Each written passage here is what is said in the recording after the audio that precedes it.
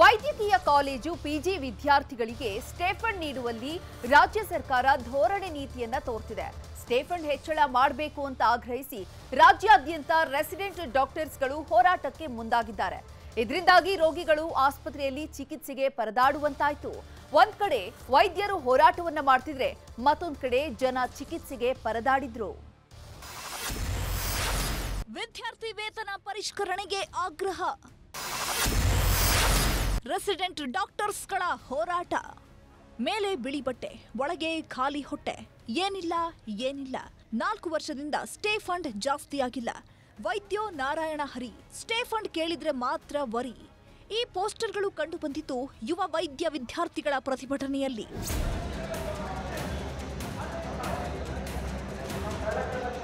ವಿದ್ಯಾರ್ಥಿ ವೇತನ ಪರಿಷ್ಕರಿಸುವಂತೆ ರಾಜ್ಯಾದ್ಯಂತ ವೈದ್ಯಕೀಯ ವಿದ್ಯಾರ್ಥಿಗಳು ಪ್ರತಿಭಟನೆ ನಡೆಸಿದ್ದಾರೆ.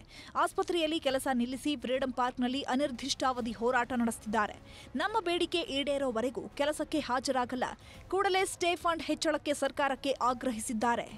ನಮಗೆ ಸುಮಾರು 4 ವರ್ಷದಿಂದ ಸ್ಟೈಪಂಡ್ ಹೈಕ್ ಆಗಿಲ್ಲ. ಸುಮಾರು 1 ವರ್ಷದಿಂದ ಸರ್ಕಾರಕ್ಕೆ ಮನವಿ ಸಲ್ಲಿಸ್ತಾನೆ ಇದ್ದೀವಿ, ಪತ್ರಗಳು ಕೊಡ್ತಾನೆ ಇದ್ದೀವಿ. ನಮಗೇನು ಸೂಕ್ತವಾದ ಸ್ಪಂದನೆ ಸಿಕ್ಕಿಲ್ಲ. ಅದಕ್ಕೋಸ್ಕರ ರಾಜ್ಯಾದ್ಯಂತ ನಾವು ಪ್ರತಿಭಟನೆ ಮಾಡಬೇಕು ಅಂತ ನಿರ್ಧಾರ ತಗೊಂಡು ಇವತ್ತಿಂದ ಶುರು ಮಾಡಿದ್ದೀವಿ.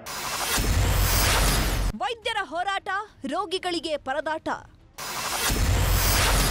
ವಿಕ್ಟೋರಿಯಾದಲ್ಲಿ ಚಿಕಿತ್ಸೆ ಸಿಗದೆ ನರಳಾಟ. ಒಂದ್ ಕಡೆ ವಿದ್ಯಾರ್ಥಿಗಳು ಹೋರಾಟದಲ್ಲಿ ಭಾಗಿಯಾಗಿದ್ರೆ ಮತ್ತೊಂದೆಡೆ ವಿಕ್ಟೋರಿಯಾ ಆಸ್ಪತ್ರೆಯಲ್ಲಿ ರೋಗಿಗಳು ಸಮಸ್ಯೆ ಅನುಭವಿಸುವಂತಾಯಿತು. ಮುಂಜಾನೆ 9 ಗಂಟೆಗೆ ಬಂದಿದ್ದ ರೋಗಿಗಳು ಮಧ್ಯಾಹ್ನ 12 ಗಂಟೆಯಾದ್ರೂ ಚಿಕಿತ್ಸೆ ಸಿಗದೆ ನರಳಾಡಿದ್ರು. ಅವಾಗಿಂದ ನಾವು ಬಂದು ಹಾಫ್ ಅನ್ ಅವರ್ 1 ಅವರ್ ಆಗ್ತಾ ಬಂತು. ಅವಾಗಿಂದ ನಾವು ಮೇಲ್ಗಡೆಯಿಂದ ಹೋಗಿ ಬರೋ ತನಕ ಕ್ಯೂ ಹೀಗೆ ಇದೆ. ಆದ್ರೆ ಇಷ್ಟೋ ತನಕ ಕ್ಯೂ ಏನು ಕ್ಲಿಯರ್ ಆಗಿರೋ ತರ ಇಲ್ಲ. ಇದು ಮಿನಿಮಮ್ ಅಂದ್ರೆ 2 ಅವರ್ ಬೇಕು ಮ್ಯಾಮ್ ಕ್ಲಿಯರ್ ಆಗೋದಿಕ್ಕೆ. ಮೆಡಿಸಿನ್ಸ್ ಹೊರಗಡೆ ಪೇಷಂಟ್ ವೇಟ್ ಮಾಡ್ತಿದ್ದಾರೆ. ಆಗುತ್ತೆ ಮ್ಯಾಮ್, ನಾವು ಮೆಡಿಸಿನ್ಸ್ಗೆ ಪೇಷಂಟ್ಗೆ ಕೂರಕ್ಕಾಗಲ್ಲ.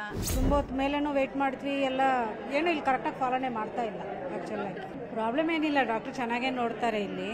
ಅದೇ ಇದು ಸರಿ ಇಲ್ಲ, ಸಿಸ್ಟಮ್ ಇನ್ನೂ ಸ್ವಲ್ಪ ಚೇಂಜ್ ಆಗಬೇಕು. ಒಟ್ನಲ್ಲಿ ವೈದ್ಯರಿಗೆ ಹೋರಾಟ ಅನಿವಾರ್ಯವಾದ್ರೆ ಮತ್ತೊಂದೆಡೆ ರೋಗಿಗಳಿಗೆ ಚಿಕಿತ್ಸೆಯೂ ಅನಿವಾರ್ಯ. ಸರ್ಕಾರ ಇಬ್ಬರನ್ನ ದೃಷ್ಟಿಯಲ್ಲಿಟ್ಟು ಆದಷ್ಟು ಬೇಗ ಸೂಕ್ತ ಕ್ರಮ ಕೈಗೊಳ್ಳಬೇಕಿದೆ. ಹಂಸ ಶ್ಯಾಮಲ, ನ್ಯೂಸ್ 18, ಬೆಂಗಳೂರು. ಕನ್ನಡಿಗರ ಮೆಚ್ಚಿನ ನಿಮ್ಮ ನ್ಯೂಸ್ 18 ಕನ್ನಡ ಈಗ ವಾಟ್ಸ್ಆಪ್ನಲ್ಲಿಯೂ ಲಭ್ಯ. ಕರ್ನಾಟಕ ಮತ್ತು ದೇಶ ವಿದೇಶದ 360 ಡಿಗ್ರಿ ಸುದ್ದಿ ವಿವರವನ್ನ ನೀವು ನಿಮ್ಮ ಕೈ ಬೆರಳುಗಳಲ್ಲಿಯೇ ಪಡೆಯೋದಿಕ್ಕೆ ಈ QR ಕೋಡ್ ಅನ್ನ ಸ್ಕ್ಯಾನ್ ಮಾಡಿ.